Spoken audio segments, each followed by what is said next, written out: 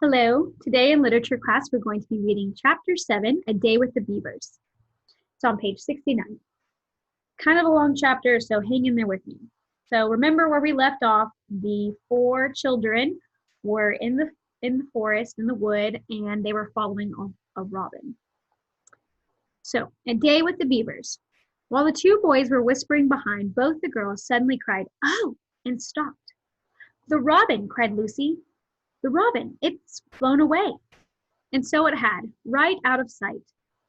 "And now what are we to do?" said Edmund, giving Peter a look which was as much as to say, "What did I tell you?"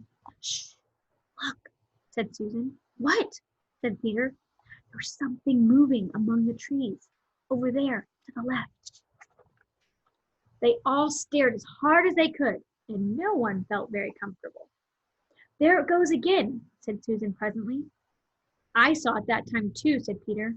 "It's still there. It's just gone behind that big tree." "What is it?" asked Lucy, trying very hard not to sound nervous. "Whatever it is," said Peter, "it's dodging us. Since it's avoiding us, trying to hide from us.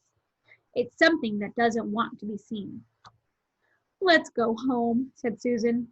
And then, though nobody said it out loud, everyone suddenly realized the same fact that Edmund had whispered to Peter at the end of the last chapter. They were lost.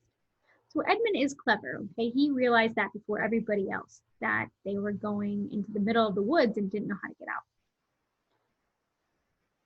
"What's it like?" said Lucy. It's a kind of animal," said Susan. And then, look, quick, there it is." They all saw it this time. A whiskered, furry face, which had looked out at them from behind a tree. But this time it didn't immediately draw back. Instead, the animal put out its paw against its mouth, just as humans put their finger on their lips when they are signaling to you to be quiet. Then it disappeared again. The children all stood holding their breath. A moment later, the stranger came out from behind the tree, glanced all around as if it were afraid someone was watching, said, "Hush!" made signs for them to join it in the thicker bit of the wood where it was standing, and then once more disappeared. "I know what it is," said Peter. "It's a beaver. I saw the tail." "It wants us to go to it," said Susan, "and it's warning us not to make a noise." "I know," said Peter. "The question is, are we going to or not? What do you think, Lou?" "I think it's a nice beaver," said Lucy. "Yes, but how do we know?" said Edmund. Here he is again, trying to figure out which side is the right one. "Shan't we have to risk it?" said Susan. "I mean, it's no good just standing here, and I feel I want some dinner." At this moment the beaver again popped its head out from behind the tree and beckoned earnestly to them. So beckon means motioning, and earnestly is one of your vocabulary words. It means serious intention or purpose. So it means it's very serious, earnestly saying, "Come on," trying to make it really clear that he wants the children to follow him. "Come on," said Peter. "Let's give it a try. All keep close together. We ought to be a match for one beaver if it turns out to be an enemy. So 4 kids against one beaver, they should be fine." So the children all got close together and walked up to the tree and in behind it. And there, sure enough, they found the beaver. But it still drew back, saying to them in a hoarse, throaty whisper. Hoarse kind of means like scratchy. "Further in, come, further in, right in here. We're not safe in the open." Only when it had led them into a dark spot where 4 trees grew so close together that their boughs, vocabulary word meaning limbs of a tree, met, and the brown earth and pine needles could be seen underfoot because no snow had been able to fall there, did it begin to talk to them. "Are you the sons of Adam and the daughters of Eve?" it said. "We're some of them," said Peter. "Shh," said the beaver. "Not so loud, please. We're not safe, even here." So the beaver is asking, "Are you the humans?" Peter says, "Well, we're some of them. There's a lot of other humans back in our world, right?" "Why, who are you afraid of?" said Peter. "There's no one here but ourselves." "There are the trees," said the beaver. "They're always listening. Most of them are on our side, but there are trees that would betray us to her. You know who I mean." And it nodded its head several times. If it comes to talking about size, said Edmund, back on the topic, how do we know you're a friend? Not meaning to be rude, Mr. Beaver, added Peter, but you see, we're strangers. Quite right, said the beaver. Here's my token. Token, sign or symbol, right? Here's my token. With these words, it held up to them a little white object. They all looked at it in surprise. So suddenly Lucy said, oh, of course, it's my handkerchief, the one I gave to poor Mr. Tumnus. That's right, said the beaver. Poor fellow. He got wind of the arrest before it actually happened and handed this over to me. He said that if anything happened to him, I must meet you here and take you on to. Here the beaver's voice sank into silence, and they gave one or two very mysterious nods. Then signaling to the children to stand as close around as they possibly could, so that their faces were actually tickled by its whiskers, it added in a low whisper, they say Aslan is on the move. Perhaps has already landed. And now a very curious thing happened. None of the children who knew who Aslan was any more than you do. But the moment the beaver had spoken these words, everyone felt quite different. Perhaps it has sometimes happened to you in a dream that someone says something which you don't understand, but in the dream it feels as if it had some enormous meaning big.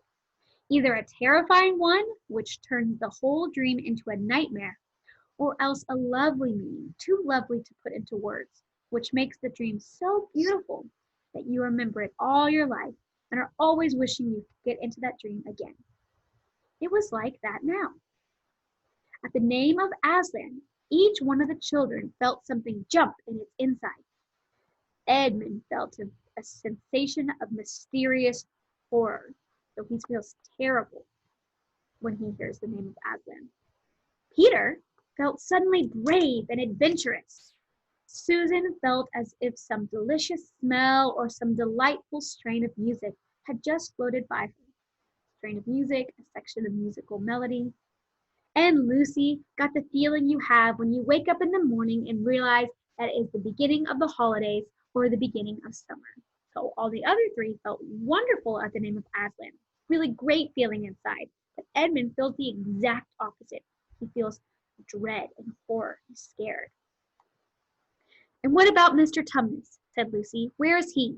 Shh, said the beaver. Not here. I must bring you where we can have a real talk, and also dinner. No one except Edmund felt any difficulty about trusting the beaver now, and everyone, including Edmund, was very glad to hear the word dinner. They therefore all hurried along behind their new friend, who led them at surprisingly quick pace, and always in the thickest parts of the forest, for over an hour. Everyone was feeling very tired and very hungry when suddenly the trees began to get thinner in front of them, and the ground to fall steeply downhill. A minute later they came out under the open sky. The sun was still shining, and found themselves looking down on a fine sight.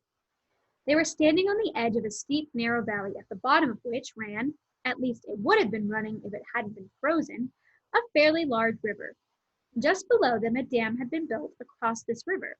And when they saw it, everyone suddenly remembered that, of course, beavers are always making dams, and felt quite sure that Mr. Beaver had made this one. They also noticed that he now had a sort of modest expression on his face, the sort of look people have when you are visiting a garden they've made, or reading a story they've written. So it was only common politeness when Susan said, what a lovely dam. And Mr. Beaver didn't say hush this time, but merely a trifle, and it isn't really finished yet. But he's very proud of it. He had that expression. Yes, I did that. That's my home. Very proud of it. Above the dam there was what ought to have been a deep pool, but was now, of course, a level floor of dark green ice. And below the dam, much lower down, was more ice. But instead of being smooth, this was all frozen into the foamy and wavy shapes in which the water had been rushing along at the very moment when the frost came. And where the water had been trickling over and spurting through the dam, there was now a glittering wall of icicles, as if the side of the dam had been covered all over with flowers and wreaths and festoons. Oh, festoons, that's a vocabulary word.